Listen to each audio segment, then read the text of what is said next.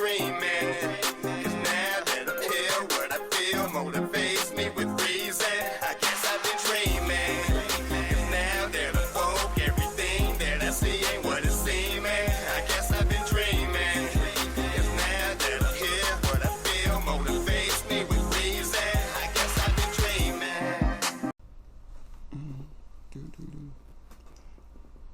Oh, peace and love, peace and love.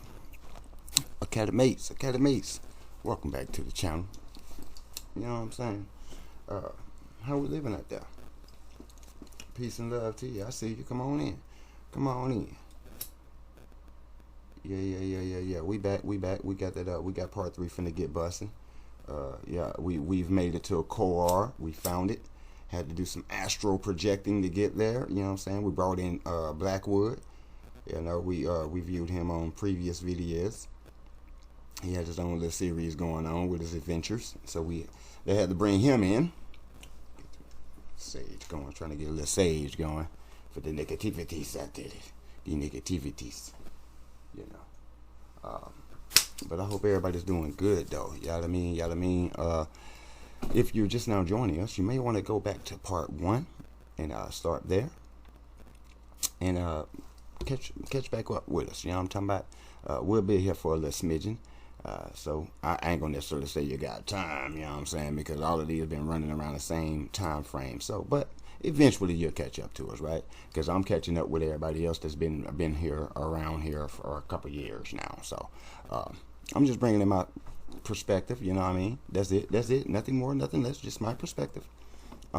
This is a reaction channel. Relax, it's reactions. Sometimes you get some, sometimes you don't. You know what I mean? But anyways, hope everybody good.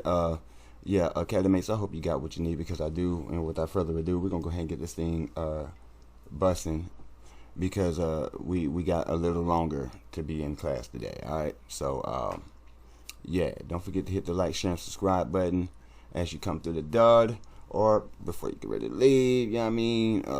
If you feel like binging us, you know what I'm saying, binge watching or whatnot, check out these series, get familiar with the numerology, get familiar with the energies and all the stuff that we do here at the academy. All right, and with that being said, let's get it busting. SCP-001, Mamjul and Korar. We made it to Korar. Part 3. Mamjul turned out to be quite the dead end from an academic perspective. The architecture was pretty, the glowing algae was cool, and the stone-like wood was impressive, but ultimately the Foundation didn't learn a whole lot from the sunken city. Now, however, thanks to the continually useful Lord Blackwood, the team has managed to astrally project themselves into Mamjul's sister city. I forgot to ask you our last video. I meant to ask you, have any of you ever astral projected or astral traveled before? I have, several times. So I was just curious, you know what I'm saying? When they brought it up yesterday, I meant to say something, but I didn't want to stop it. Korar, which is still alive and thriving. What's more, the city's ruler is not only letting them into the city, but welcomes them with open arms. If there ever was an opportunity to learn about what exactly happened thousands of years ago, this is it. To paraphrase a popular movie quote, however, Deva and man, two species separated by thousands of years, have just been suddenly thrown back into the mix together. How can we possibly have the slightest idea what to expect? Let's continue. Before we get back into the events at Mamjul and Korar, we're given another section of verses from Devic scripture.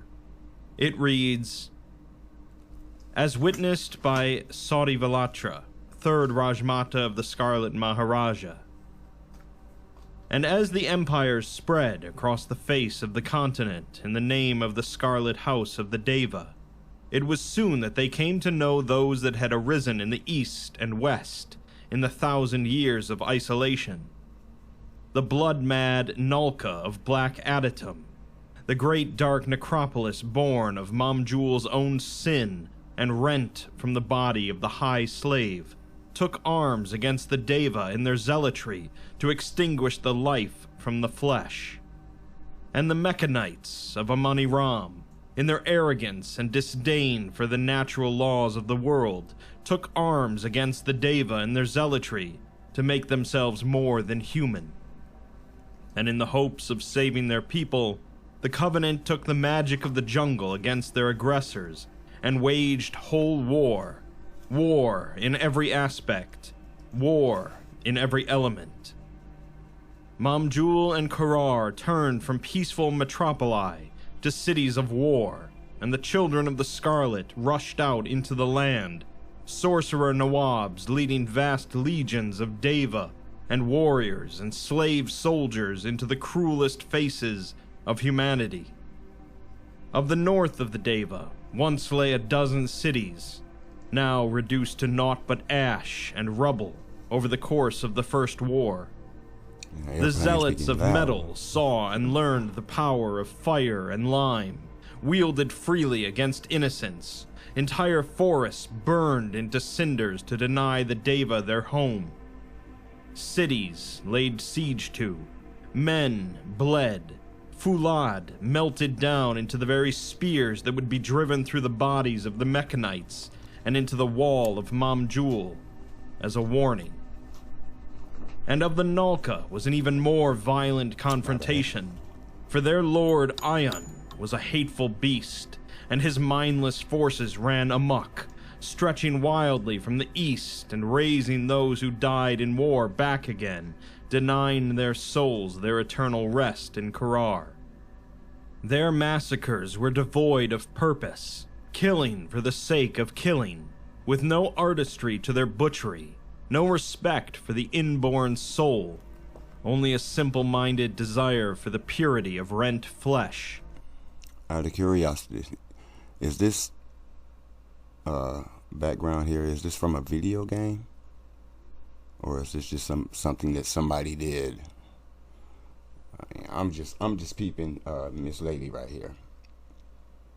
Looks like she got a whole Cyrax mask on or something. So I'm pretty sure she's a warrior, so I'm just wondering. Empty where vessels. Some of these backgrounds. Some of them have the cities of the Nalka were torn from the ground by the great vines of the sorcerer Nawabs, sundering walls, laying waste to all who dared to interrupt the dance of the soul.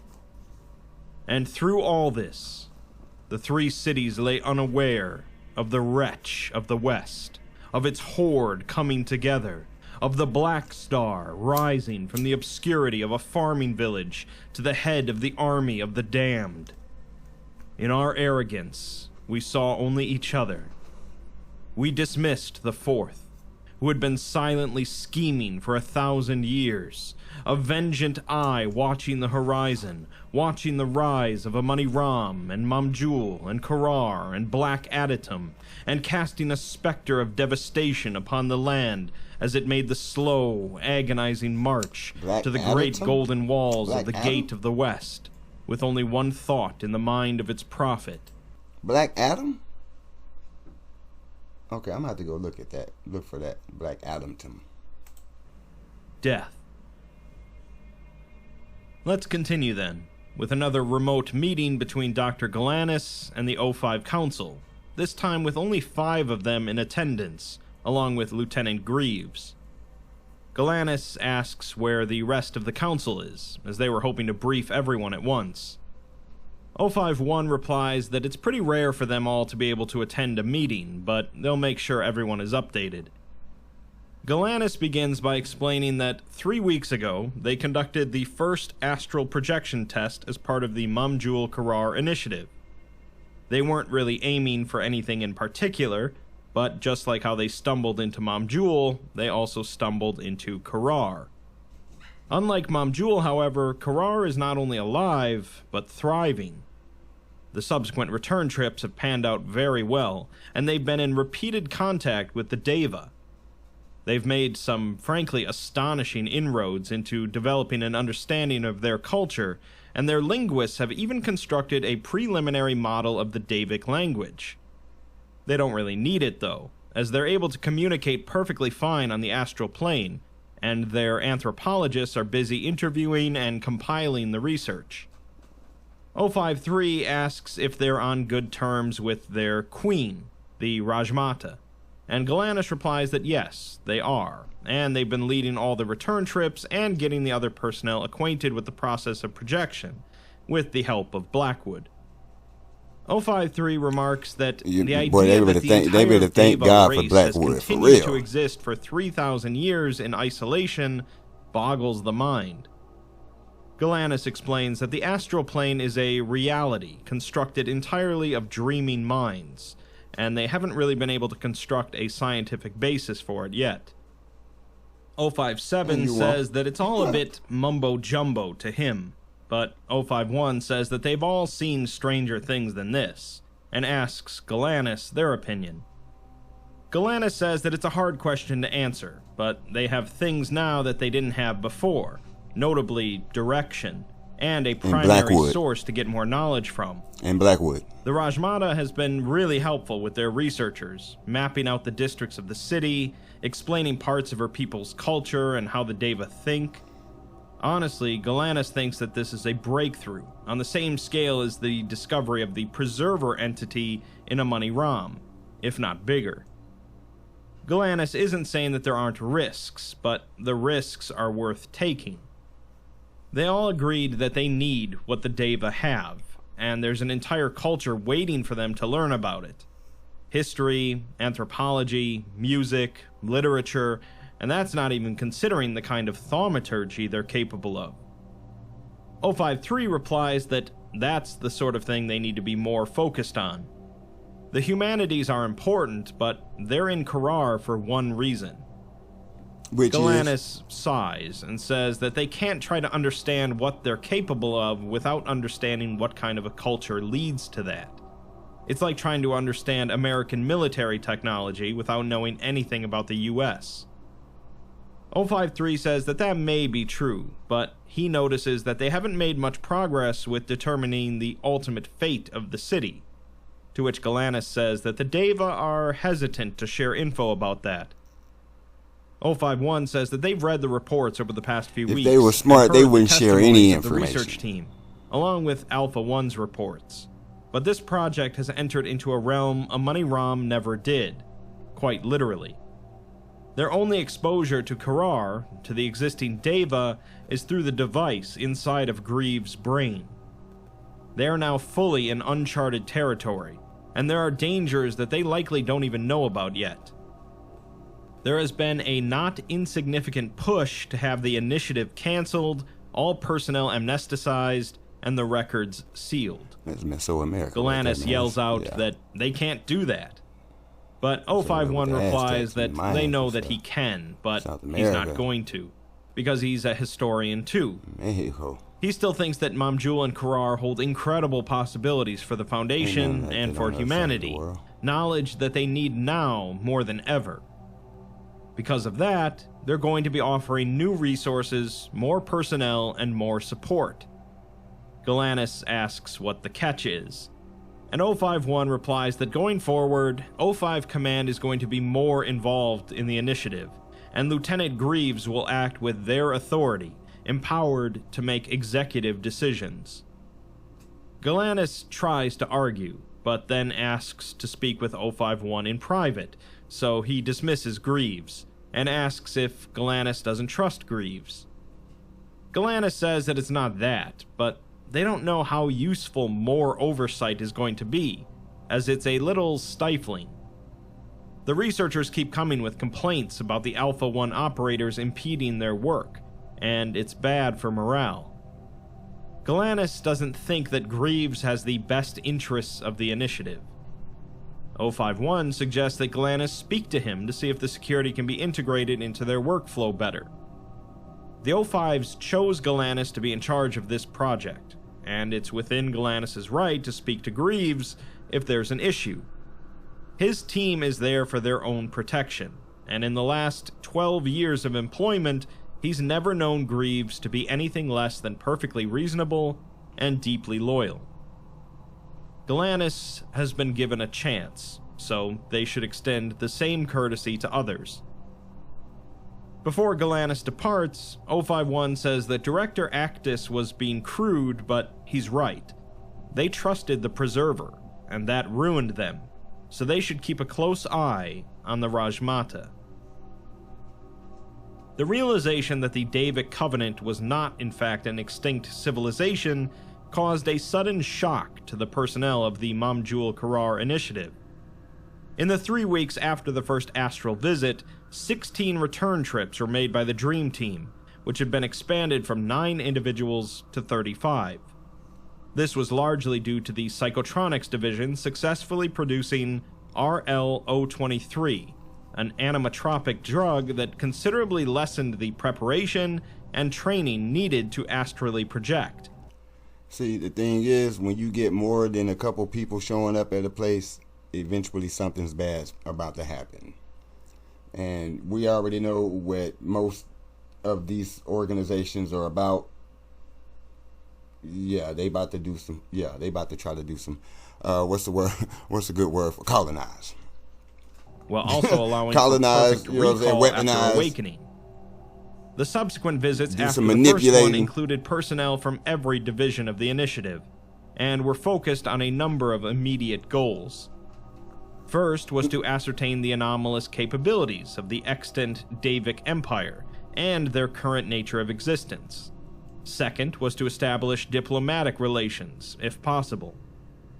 Third was to arrive at a clearer understanding of the Davic culture, and lastly, to build a unified timeline of the Empire's fall, along with establishing the identity of the entity, group, or party known as the Abominate. The Rajmata, the current ruling monarch of the Deva, proved to be exceptionally receptive to diplomatic. I wonder if it was like when all of this occurred, when like the 10,000 year mark is up, or the 25,000 year mark is up. So when the planet did its evolution, or whatever the change came about, then this was the results of it via certain species went into different frequencies, higher frequencies or lower frequencies, making it, you know what I'm saying, like, I ain't gonna say impossible to see them, but impossible to see them unless you're on the frequency or can tap into the frequency. Most things are probably still here, but I would say, judging from the past 100 years, 500 years, 600 years, 1,000 years maybe, if I were to be viewing from a different frequency, you know what I'm saying, I was like, bro, I'm not finna go out there and fuck with them. Man, you see what they doing? Oh my goodness, they crazy. Efforts, and was Like, accommodating whoa. to Foundation personnel in Korar. Thanks to the assistance of the I'm just saying, Rajmata, that- I mean, the just Anthropology me, you know what I'm Division was saying? able to Just compile an observing extensive from culture a distance. briefing after multiple Curious, visits to but Korar. observing. We're going to be provided with several excerpts from this culture briefing, the first of which is about their societal structure, and reads, "The Davic Covenant Society is extremely rigidly caste-based, with roles in society occupied by dozens of complex, interrelated castes. Broadly, they can be grouped into 4 categories. As with many ancient cultures, slaves occupy the bottommost rung of society and are afforded few rights or luxuries. The Davic Empire made extensive use of slaves in almost every line of work that could not be done through their aboromancy, from construction to agriculture to bureaucracy. We estimate that the Empire contained 3 slaves for every free citizen. This system was brutally enforced through both anomalous and mundane control methods and violence. Testimonies from the Deva indicate that the mass killing of slaves was regarded as a kindness, as it freed their immortal souls to join the population in Korar. Beyond the slaves, the castes were less rigidly separated. Freed laborers were afforded only a handful of rights above slaves. Merchants and artisans were in similar higher rungs of society, and soldier nobles and sorcerers occupied the rung above them, being the landed aristocrats. The topmost rung of society consisted of the matriarchs, or scarlet brides, religious priestesses central to the Davic religion. See state religion. These matriarchs dictated almost every matter of society by interpreting the will of their god. In a break from most ancient cultures, one of these brides, the Rajmata, was the sovereign monarch of the empire, rather than a male member of the landed gentry. She was considered married to the Scarlet Maharaja while it slept in Korar, and the embodiment of its will in Mamjul and on Earth, empowered to make all theocratic, military, and societal decisions for the Covenant. We're next given a transcript from one of Galanis' projections into Korar after ingesting the RL-023 drug. Galanis projects into the citadel of Korar on one of the higher floors, which has been sequestered for Foundation use on the Rajmata's orders. Several other researchers and agents are in the room, along with multiple Deva, and Galanis tells a few of the researchers to take a break, as they've been projecting for hours now. Galanis proceeds to focus on the throne room, projecting there instantly, where the Rajmata is seated.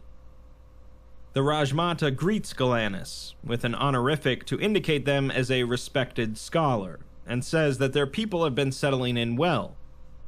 Galanis thanks her for that, as she's been very accommodating, although the Rajmata replies that it hasn't been entirely out of altruism, saying that her people have been alone for 3,000 years, so they crave new experiences.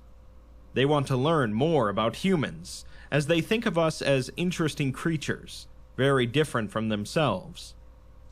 Galanis responds that they're sure that they can share some bits about humanity with the Deva, if they're willing to do the same. Some bits. Well, the Rajmata sighs, however, and says that she tires of this. Manipulating. Galanis understands, but they're not the final decision maker for the Foundation. They need to know more about what actually happened during the First Occult War and how the Empire collapsed, so that they can avoid the same fate. The Rajmata pauses before standing and tells Galanis to walk with her. As she steps down the stairs from her throne, her huge red robes flow out around her, embroidered with incredibly complex silk patterns and hundreds of embedded gemstones, cut to perfection. Many of her attendants rush out to object to her walking around, but she waves them off, and Galanis follows her, hustling to keep up with the much longer stride of the Rajmata. She tells Galanis that they ask more of her than they know, although Galanis doesn't understand why it's such a big trouble to answer. The Rajmata asks what do they look for in those fallen civilizations they seek to study, and what their methods of research are. Galanis responds that it can be many things, and primary sources from someone who was there at the time are the best, but aren't easy to find for ancient civilizations. Other than that, artifacts and text records are the next best thing, as stone tablets, writings, and carvings can give insight into how a people thought. The Rajmata says that therein lies the problem, and they step out into the main thoroughfare of Korar, which is bustling with activity. The slow thrumming drum beats of the music are audible under the chatter and shouting of the street, and the crowd parts reverently to allow the two to pass unimpeded, flanked by the Scarlet Brides.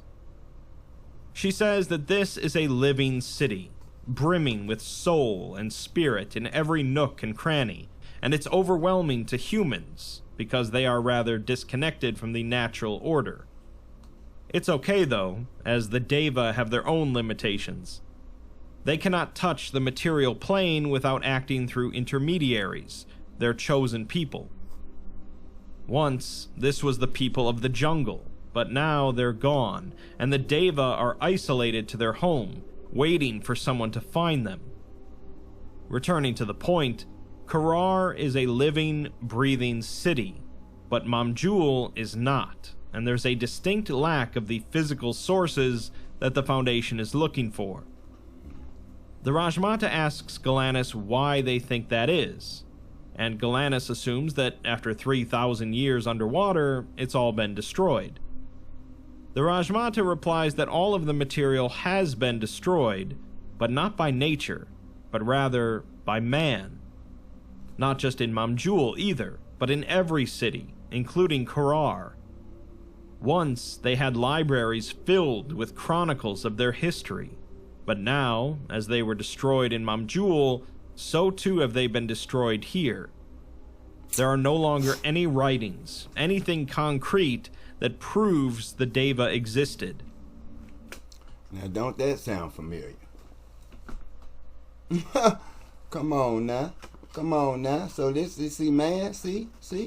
These boys, or whoever these little characters is, from this universe, this realm, this story, to this world, all of these folk got something in common with coming in and destroying records and typically since what we've discovered, what I've come to discover, and thanks to all those out there that really put in real work to bring out the real research, making my search easier to find answers.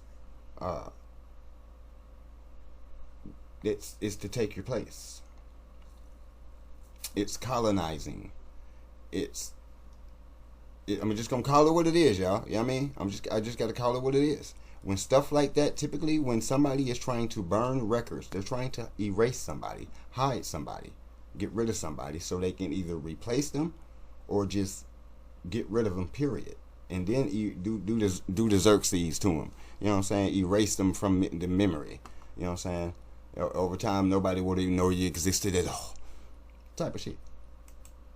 This is the tragedy of the Deva, that they've been written out of time. Galanis asks how such a thing is even possible. But the Rajmata... You ought to come to this planet and ask them folks over there. Go ask Shadow Laws and what Top Cat, what you call them? The black Europeans. You know what I'm saying? Go ask all them. You know what I mean? Yeah, it happened here. Come here. Shh. Please. Look around. It's war. Says that to answer that would be to explain what happened in the first war, and she doesn't trust them with that part of her people. Galanis says that the idea that there's no longer any record of her people, vibrant as it is, bothers them as a historian. The Rajmata replies that she didn't say there were no records, and tells Galanis to listen, to silence their mind and eliminate their thoughts. Galanis pauses as the chatter of the street melts away, leaving only the percussive, bone-shaking drums and chorus of the song that pervades the rest of the city. It is in a language unspoken for thousands of years, at once unfamiliar and comforting. The thousands of voices that form the chorus are in perfect harmony as they sing. Galanis remarks that it sounds familiar, and the Rajmata says that it's the Song of the Deva, a musical arrangement that chronicles their entire history, from their conjoining with her master, their god, to the fall of Mamjul and the breaking of the empire. It's hundreds of verses, kept alive in their memories, although it was once written down long ago on a stone tablet in Mamjul that held each verse. Scholars and sorcerers from across the empire would undertake pilgrimages to Korar to seek the wisdom of the song. Now, however, there are only blank slates and dead men in Mamjul, and this is their shame, which is why she hesitates to share it with them.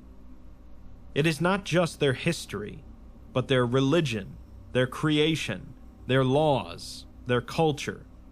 It is the Deva, and sharing it with outsiders is the purest bearing of their soul as a people.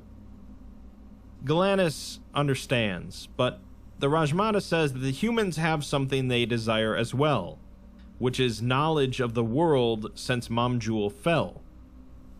Galanis says that they would be willing to share that if the Deva return the favor, although Galanis feels bad for asking, as the Rajmata has been incredibly generous already. The Rajmata says that Galanis is far too skilled for the suffering they are undergoing, and that they are a troubled soul. Galanis agrees, saying that there's a lot riding on this endeavor being successful, and on them being successful. The Rajmata says that regardless, the offer is suitable, but only for Galanis. The other personnel are intelligent, but they lack a certain level of wisdom and deftness that the song demands. She will not allow them to take and pervert their history, so she will translate the song and share its meanings, but only with Galanis. They will begin on Galanis' next arrival, but for now, Galanis needs to allow themselves some rest. Galanis tries to argue, but the Rajmata reaches down and places 2 long and slender fingers on Galanis' forehead. With a sudden violent rush, Galanis wakes up back in the psychotronics lab. Following this exchange, Galanis began sessions with the Rajmata to accurately construct a historical record of the Empire, concurrent with the fall of a Money Ram.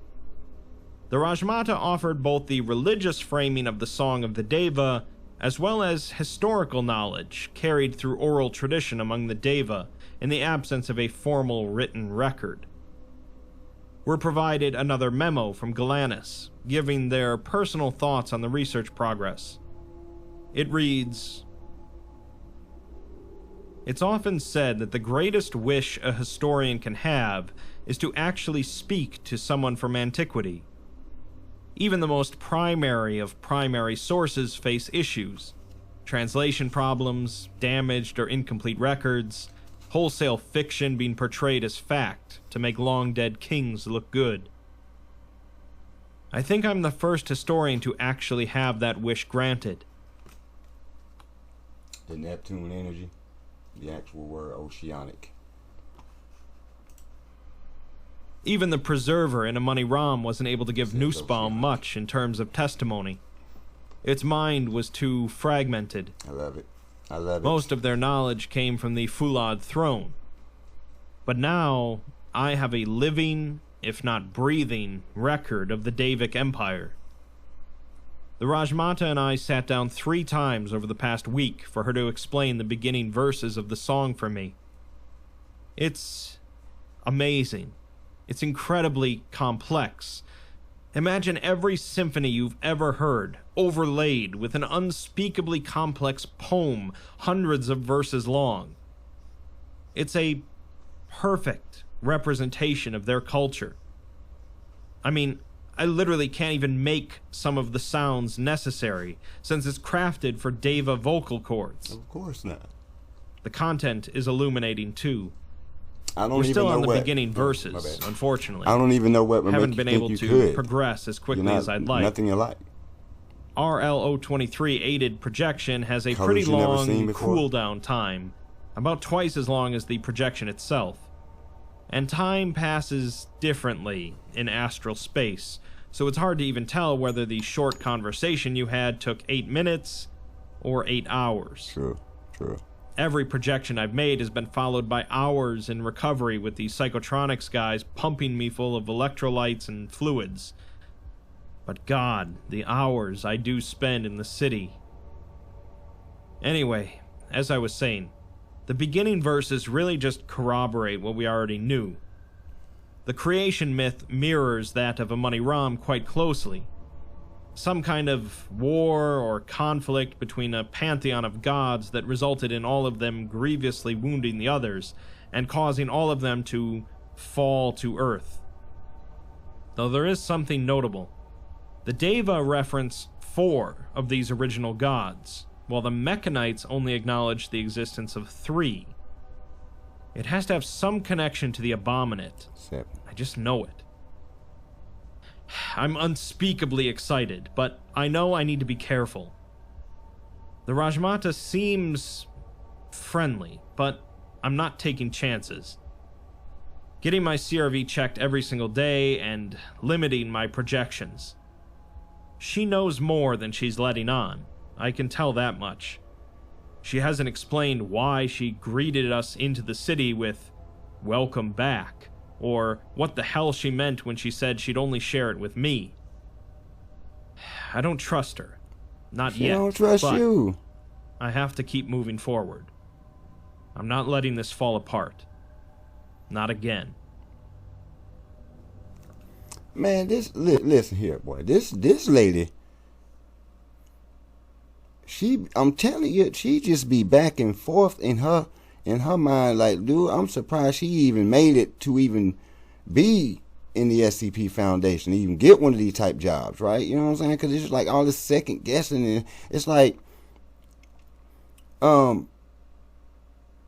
she told you. Like, not y'all. Are these people that dense? Some things, how do they say? You know what I'm saying? What's understood don't need to be explained. Like, come on, man. But sometimes she know, hey, I ain't rocking with them. I like you though. You seem to be a little bit more open-minded, a little bit more passive, not too aggressive. Don't know if I necessarily trust you. I ain't for tell you everything, but I rock with you. I tell you a little bit because I need to know a little bit. So I give you a little bit for a little bit. So just the fact that you don't trust her, she don't trust you. Now, she know about humans. She know about man. She know how man get down, obviously. So ain't no hiding your violence. your tendencies to be destructive, mayhem, not so much as chaos, just a little malicious to or over an extent, and then you cognitive distance yourself away from it like you didn't do it. Yeah. Malicious. We're also given another excerpt from the culture briefing on the Deva about their state religion, which reads, "The Davic Empire was a strict theocracy with a strong focus on animism. The Deva were considered nature spirits and immutable evidence of the validity of the Davic religion, but they were not the central objects of worship by citizens of the Empire. Instead, this role was occupied by an entity concept known by many names: the Slumbering God, the Scarlet Maharaja, the Khan of the Scarlet House, or simply the Scarlet. The consistencies are self-evident. All representations of the god are strong in nature, primal instinct, natural order, violent survival of the fittest. This entity, called the Scarlet here for simplicity's sake, was one of the gods cast down to the earth when a war split the pantheon, landing in what is now the middle of the Indian Ocean, but at the time was a lush jungle subcontinent. Y'all sure, man? It became the king and sworn god of the nature spirits. Something about Mesoamerica. Mesoamerica Eventually connected these spirits with the fledgling tribal humans living on the subcontinent by taking a human avatar and forming the Davic Covenant. This avatar is suggested to be an unspeakably powerful sorcerer, with abilities suggesting at least a Type 4 Class Blue entity, but is asleep, with their dreams forming the foundations for Korar's continued existence and the Empire's successful conquests. Put simply, the Scarlet is the cosmic representation of the concepts of brutal primality, and the Scarlet Maharaja is its prophet in human form. The religion of the Davic Empire was one of unwavering, zealous commitment to the Scarlet Maharaja, as their dreams allowed for the continuation of the Empire. The systematic manifestation of this were the Scarlet Brides, an imperial cult of handmaidens, attendants, and priestesses, though many were also male or androgynous, that were considered literally wedded to the Scarlet Maharaja. Their favored wife among the brides was the Rajmata, the queen ruling in their stead until the Maharaja awoke from his dream when the Deva had conquered the entirety of Asia for them. Hymns, magic, and sacrifices formed the basis of Davic worship. Hymns and associated dances occupied a central place in Davic culture, and complex dances were a way to honor their god. And use of the magic gifted to humans by the Scarlet was a holy act in and of itself, with sorcerers akin to religious preachers. Human sacrifice was a core part of Davic worship. It is estimated that over the 1,000 years of the Empire's existence, well over 40 million people were sacrificed, most with religious intent in specially constructed pits, and many being children. This was not seen as a cruelty by the Empire, as killing a human member of the Empire was believed to allow them to reincarnate as a Deva in Korar, a more fulfilling and eternal life. But the fact is that the Empire practiced a level of brutal human sacrifice and slavery on a scale completely unprecedented in ancient history. And that's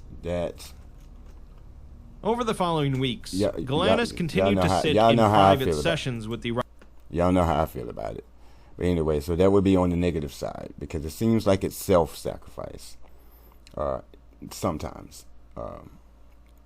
But then again, I mean, because certain circumstances wouldn't require for a sacrifice of that's already been in suffering. See what I'm saying? That's not good energy to present, if you get what I mean. So that's why they typically go for the children, the purity of the blood. You know what I'm saying? It's more innocent. So that's more positive energy that they eat, in fact. You know what I mean? They can't get it anywhere else. They used to be of it. They lost it. So they still yearn for it. The only way to get it is to eat it. Never be in it again. You know what I mean? So, yeah, I just... y'all know how I feel about the babies, man.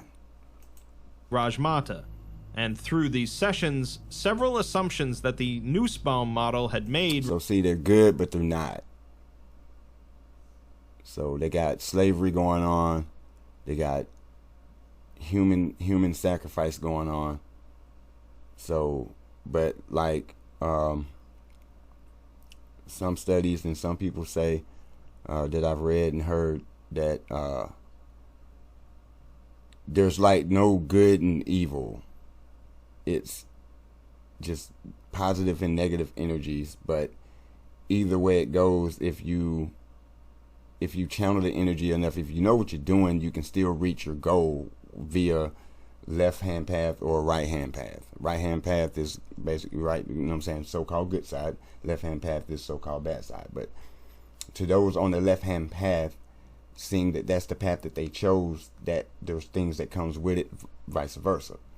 Accepting those things that come with it deems it almost in their minds that it's not a bad thing, because they're each at the same time, via left side, right side, they can both reach the same goal.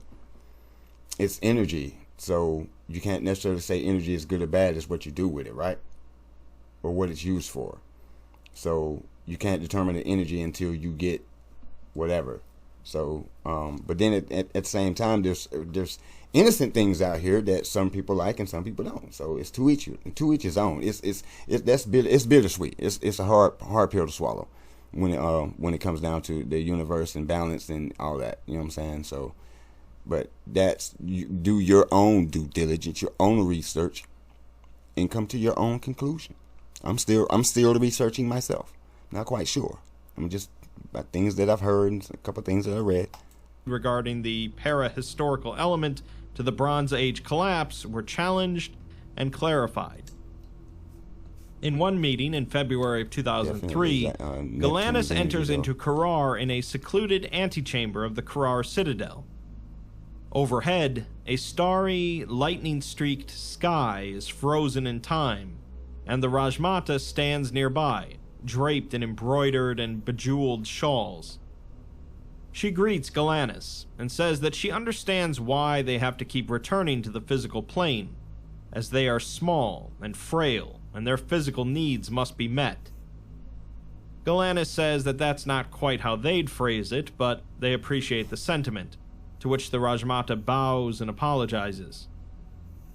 Moving on, they were discussing the Middle Ages of the Davic Covenant, but the Rajmata says that she worries her explanation does little good when she can just show Galanus instead.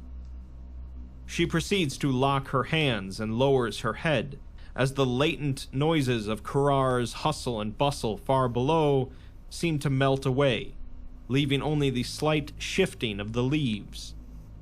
Then the Rajmata begins to sing, an incredibly deep and rich sound, with guttural lows and humming highs.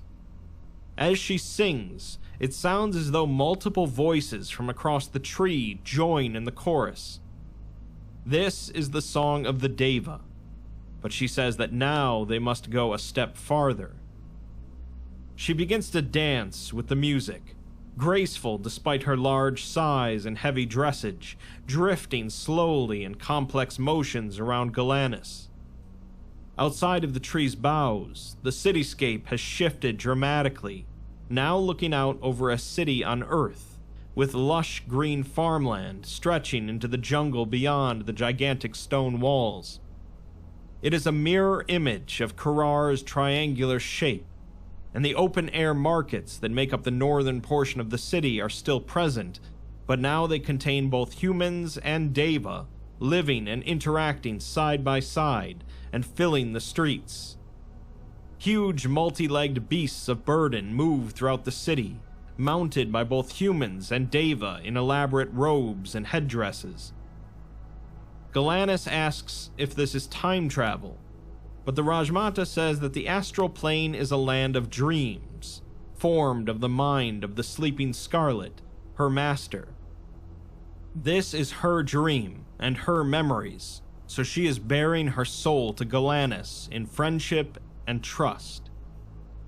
This is how Mamjul once was, and this is how she chooses to remember it, and the Deva, as the last Rajmata of the Devic Covenant.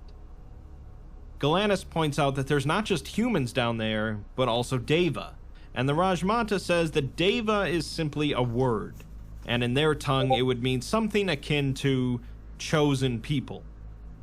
The Scarlet named them this when she became their King of Kings. In turn, they named the tribes of the land this when they chose to become one with them under the Covenant. The people, the spirits, the empire, the magic, all are Deva, all are children of the Scarlet, all are one. They're looking out at Mamjul at its peak, the jewel of an empire that spanned the length of Asia. Food, knowledge, history, art, magic, all passed through Mamjul, and from Mamjul through Korar. Galanis remarks that this doesn't look at all like a city at war, and the Rajmata says that it isn't.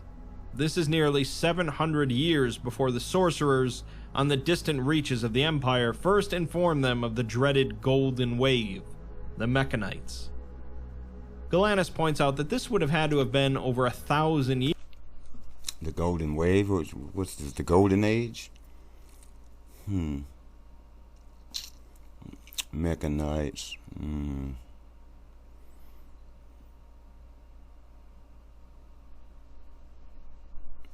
Yeah, I think I'm getting it. Years before she became queen, so how could this be her memory? The Rajmata now says that it isn't her memory, it is her dream, inspired by the soul of the previous Rajmatas, whom she carried with her then and carries even now. She hears, sees, and speaks to them.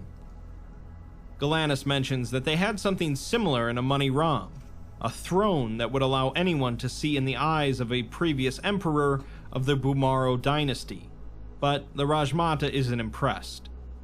She calls it artifice, born out of a misguided obsession with improving oneself. All of Amaniram's vast treasures were rubble and lost memories by the end of her reign, but then again, so were Mamjul's. Galanis asks what is so important about this day and this memory, and the Rajmata points to the far gate of the city, where a large party is assembled. Hundreds of horses and other unknown beasts packed with supplies and wagons wait beyond the gate, and several humans and Deva are saying goodbye to others inside. Many more slaves are assembled alongside them, naked and bare in the sun. The Rajmata explains that this was the start of their first attempt at establishing a colony far beyond the bounds of the empire, making another eye from whence their Scarlet Maharaja might see and arise to take stock of the world that was theirs. 2,000 beasts and men, and twice as many slaves to carry the honor of the Children of the Scarlet. The expedition had been in preparation for years, and consisted of leaders, great artisans, merchants, generals, sorcerers, nawabs, all sent out into the far emptiness of the east, towards the endless sea. After they left the bounds of the empire, however, they don't hear from them again for 800 years. Galanis comes to a realization, recalling the Aegean tablets mentioning that the capital city of the Nalka, Black Adytum, was originally a slave colony, and that it must have started from this expedition. The Rajmata confirms this, and says that they are witnessing the birth of the Deva's blood enemies. Among those 2,000 slaves, one is a mere boy who will take the name Ayan and lead an insurrection. He will become the scourge of the coast, High Lord of the Nalka, Yaldabaoth's prophet. He is a slave, and his parents were slaves. His hatred for the Deva is inborn, and will cause millions to perish. Hey, wait a minute. Maybe I may be wrong. I'm gonna have to do some research. Because I'm thinking, what god is that? I'm gonna look. All is one, though not even Ayan will be enough to bring death to the Davic Empire. Galanis asks what will, but the Rajmata just says that that will be answered in due time. But for now, they should just appreciate this, a snapshot of their greatest achievement. Galanis takes this to mean Mamjul, but the Rajmata corrects them, saying that it was peace. Afterwards, Galanis pops into Greaves' office aboard the FMS Phantom, asking him if they can just talk. Galanis looks at Greaves' desk and remarks that they never really imagined him doing paperwork. Greaves asks if they thought that they'd just walk in and find him cleaning his rifle, and then says that if Galanis walked in 10 minutes earlier, that's what they'd find. They laugh, and Galanis asks if he's gotten some time to look over the last projection log debrief they wrote from last week. Greaves has, but then finds out that Galanis hasn't re-entered Korar since then, as the last meeting with the Rajmata shook them up a little. When Galanis was at Site 23 working on the Amani Ram initiative, they were the first person to look through the reports on the Fulad throne and what it could do. The memory sharing that the Rajmata did reminds them of that a lot, and Galanis doesn't like it. They took a whole battery of cognitohazard tests, and nothing's been changed or altered, along with a CT and an MRI. Galanis also feels fine, and Desai said that there was nothing weird going on, and he refuses to go near the Rajmata because she creeps him out. Galanis is still worried, however, and then sighs and says that they and Greaves haven't been on the best of terms, but he's the person the O5s put in charge of making sure that Galanis doesn't go insane. Galanis wants Greaves to go along for the next projection, someone whose judgment won't be clouded. Greaves immediately agrees, although he senses that Galanis was expecting an argument, since Galanis said that they weren't on the best of terms. He smiles and says that, while they might disagree on some things, they're both on the same side here. He's just as worried as Galanis is about things not going right, as there's a lot riding here for him too. Galanis didn't really consider that, and Greaves says that everything's a matter of perspective, and most people don't go beyond their own unless pushed. This is why his team is so involved, although Galanis says that at the same time, they're dudes with guns walking around and inspecting everything, while they're trying to manage over 200 researchers. They can't really do that if all of them feel like they're hostages. Greaves can understand that, he supposes, so he'll tell them to ease off a bit, which Galanis greatly appreciates, along with the fact that he's willing to project into Korar despite it not being in his wheelhouse. Greaves responds that he's spent most of his life holding or avoiding a gun, so this stuff with dreams and souls is just confusing. He's the one with the $1 million Kodak in his head though, so they have to get their money's worth. They chuckle, but Galanis feels bad for laughing, as that has to be uncomfortable. Greaves says that he knew what he signed up for when he joined the Council's right hand, and some of the guys have much worse alterations than this. I know, right? He's been with the Foundation for long enough that he'd do a lot worse than having a couple pins in his head. They're protecting the world out here, so he does his part. Galanis can respect that, but they're more here just for the study of it, finding it all academically fascinating. Greaves says that he can respect that too, and after a brief pause, Galanis says that it was nice to clear the air, but they'll meet tomorrow for the projection, before departing and telling Greaves to call them Pandora instead of Doctor. We're next given a transcript taken from Greaves' head implant of their meeting with the Rajmata. He opens his eyes and finds himself standing outside of the entryway tunnel to the Citadel of Korar, with Galanis and Desai. The Rajmata stands before them, supported by her handmaidens, their faces obscured by red veils. The Rajmata says that Galanis bringing guests was not what they agreed upon, but Galanis apologizes and says that this is too much for them to take in alone, and Desai and Greaves are good people. The Rajmata turns to Greaves and says that she remembers him, as his soul is a flame, and he's a soldier. She finds it interesting to have both a warrior and a scholar here, and in her land, their soldiers were often slaves, conscripted and made to fight with the promise of freedom. She asks if it is the same for Greaves, but he says that he chooses to fight, as there are things in this world worth protecting. In return, she says that he's a slave to his morals in lieu of a whip, and they're all slaves to something. The constant in life is obedient servitude. The variable is to whom. Greaves, however, says that with all due respect, he makes his own decisions, and people like him exist. The Rajmata acknowledges this, and says that they are a rarity, but she supposes that they'll see. It's time for them to see the truth, and she begins to bow her head and sing, with her handmaidens joining in the chorus. The song is slow and grand, deep sweeping notes and movements in an impossibly deep tone. Gradually, the surroundings of Korar melt away, the Deva replaced with busy markets of humans and Deva shoulder to shoulder. Galanis asks the Rajmata if they're not going to the top this time, and she says that no, they're not, as there is something they must understand before they continue forward blindly.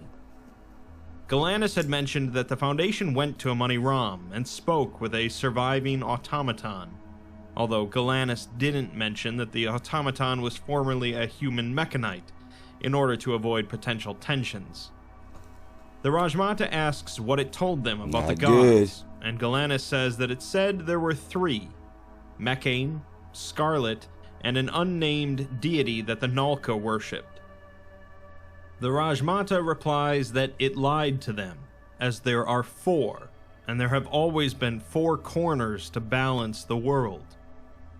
The 4th has many names: the Abominate, or the Wretch.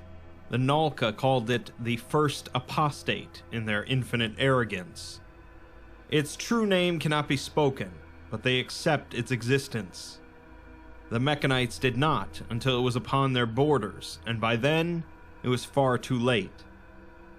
The Rajmata is limited in what she can say about it, but she will tell what she knows. She turns and enters the tunnel leading into the Citadel, and the group walks through, the tunnel lit with small fires at the tips of darkened vines. The firelight reveals a complex carving engraved into the walls of the tunnel. The nearest portion is similar to the one first observed on the exterior of the citadel in Mamjul, consisting of a large glyph of a tree, with many figures now recognizable as Deva and humans, dancing and interacting around it, under the watchful eyes of a large, red-painted androgynous entity. This is the Scarlet, and the Rajmata says that she has already talked of how the Covenant came to be, with the hopes of one day arousing their sleeping god after they had delivered the world to him as a gift, and how the Red Maharaja was selected by the Scarlet as her champion after he fell from the heavens. Galanis says that the Scarlet is the primal concept of nature, and the Maharaja is its chosen prophet, but the Scarlet is just an incredibly powerful spirit, so where is it? The Rajmata looks at Galanis strangely and says that the Scarlet is present all around them. Galanis understands that, but says that Amani Ram was constructed on the back of Mekane and made of her parts, physically. The Rajmata thinks that she understands, that Galanis wants to know if there's a place where they can speak to her master. She places a hand against the tree and says that such a place exists, but the reliquary of her master must be protected. It is his dream that allows Korar to exist, and to open him to an outsider cannot be allowed, for both their sake as well as his. It would be like placing sand in a raging river, as the sand is obliterated and the river is tainted. But since they mentioned Amani Ram being built off the back of their goddess, she steps forward and points to a new portion of the carving, depicting a large, infinitely complex feminine entity partially buried under sand dunes, looked on by a man the fraction of her size. The group I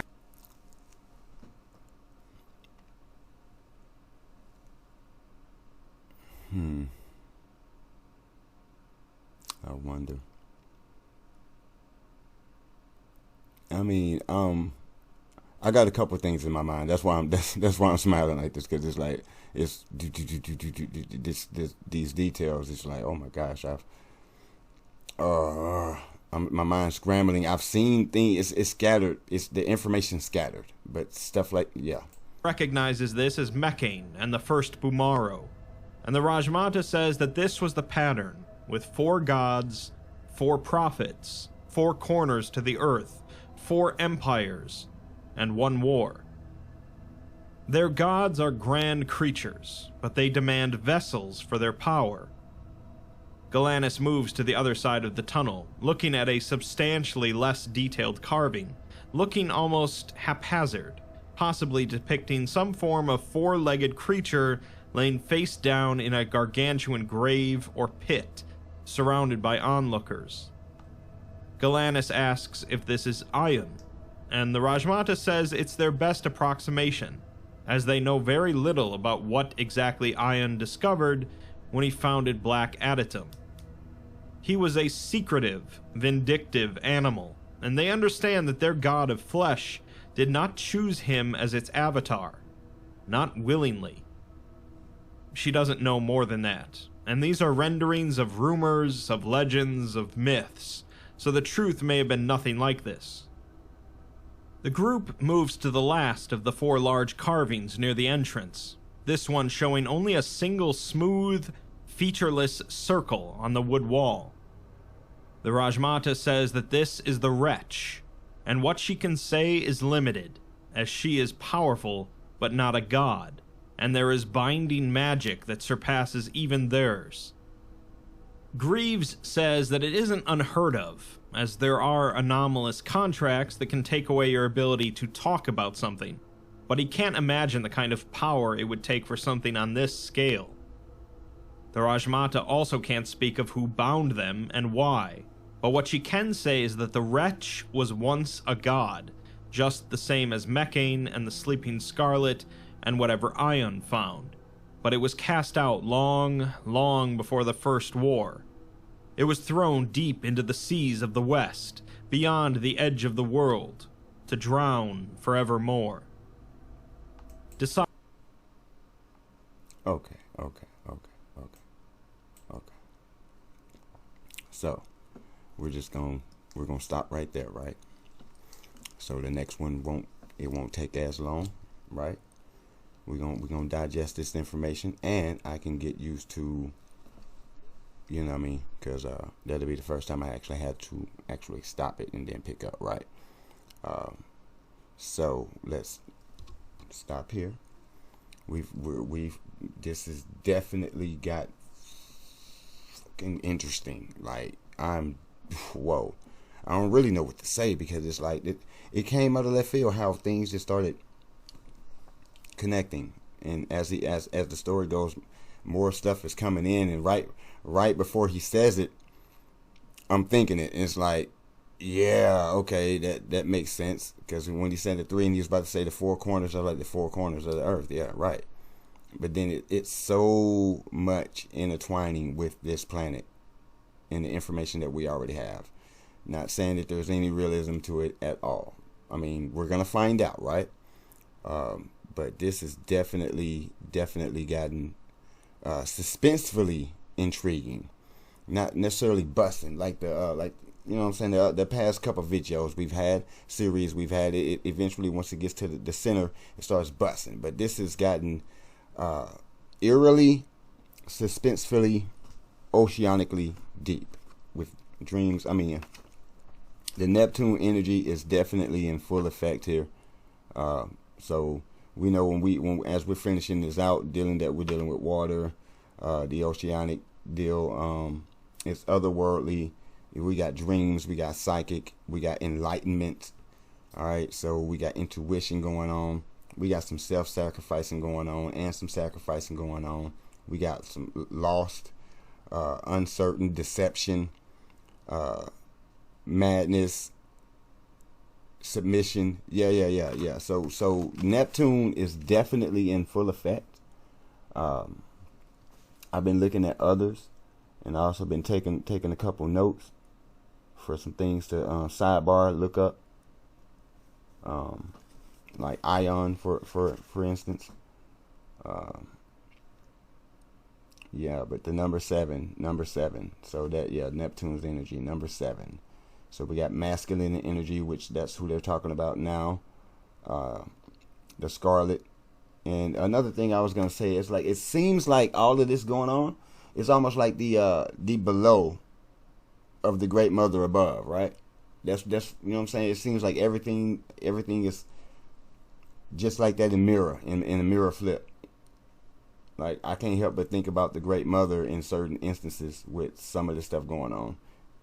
Universal Prime Creator, the source, and then what they're down here trying to create their own Universal Prime Creator, or whatever, deity, whatever. It wouldn't be Universal Prime, nothing. It wouldn't be Prime anything, because couldn't be the source. So that's what I was thinking in my mind, is like, you still wouldn't be the source, though. I mean, you may be the source of their powers or their whatever, or they actually may be your source, seeing that they feed you the energy that you need when the Great Mother supplies. See what I'm saying? Big difference. So, but that's what I was thinking. That's another thing I was thinking. But yeah, Academates, I hope you're keeping up so far. I hope you're enjoying the series so far. Yeah, I hope you didn't mind that I stopped it right there. I figured I'd find a good stopping point. No, I didn't say we were going to do it, but I apologize. You know what I'm saying? Maybe I'll give you a heads up next time. But so the next video, you know what I'm saying, it won't take us that long to get this one, and then we'll get to the next one. Yeah, so head on the swivel, keep yourself, you know what I'm saying, spiritually, mentally, physically, and emotionally protected at all times. Don't forget, you know what I'm saying, to keep your CT on as well. Don't let the world drive you crazy. Stay in the green, vibrating green, you know what I'm saying. It's one of the frequencies that they're vibing on, because you had to tap in to get up there. So right, so but then they probably in the astral realm, so that's like a whole bunch of amazing rainbowish colors, a lot of colors, different type of colors, until you get somewhere. When you get somewhere, then it becomes something tangible. It feels tangible. Some people say I've heard some people say that the dream world is the real world, and this is the dream. I don't know. But that's a mind, ain't it? Like, we're dreaming right now. So there's things that we can do and things that we can't do. I guess that's like the Matrix. You know what I mean? You're dreaming. Once you realize you're actually dreaming, you can control your dreams. You can do anything you want in your dreams. Then eventually people start jumping around here like the Hulk and Superman, right? So, but anyways, y'all check me out. You know what I'm saying? We're gonna get back with part 3.5, and we're gonna finish it out. You know what I'm saying? Y'all be good out there. Thanks for joining us. Peace.